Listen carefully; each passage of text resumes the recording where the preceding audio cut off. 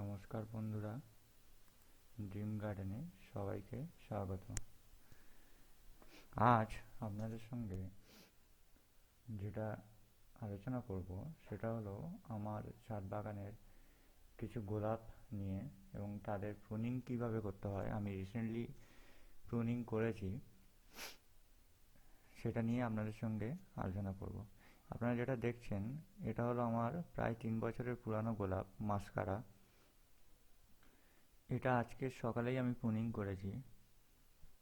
এটা মোনালিসা, সাদা রঙের একটি গোলাপ। এটা যেহেতু 1 বছর বয়স তাই হালকা করে ট্রিমিং করেছি, প্রুনিং করিনি। আর যত পুরানো পাতা ছিল সবই হাত দিয়ে ভেঙে দিয়েছি যাতে কোনো রকম রোগ পোকা লেগে না থাকে। এটা ফ্লেম্বোয়ান্ট, এটা একটি মিনি ভ্যারাইটি, ফ্লোরিবান্ডা বা মিনিয়েচার ভ্যারাইটির গোলাপ। এটা হালকা করে ট্রিমিং করেছি এবং এত পাতা যে এটা ভাঙা সম্ভব নয়, ওই জন্য ওই রকমভাবেই ছেড়ে দিয়েছি। এটা লাইট মাই ফায়ার, এটাও একটা মিনিয়েচার ভ্যারাইটি।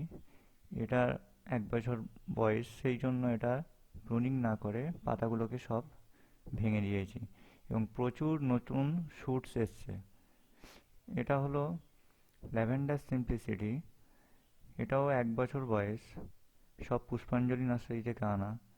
এটাও এরকমভাবে পাতাগুলো সব ভেঙে দিয়ে নতুন পাতাগুলোকে রেখে ট্রিমিং করে দিয়েছি। আশা করছি 15 দিন পর প্রচুর শুটস আসবে এবং প্রচুর ফুল পাবো। ধন্যবাদ।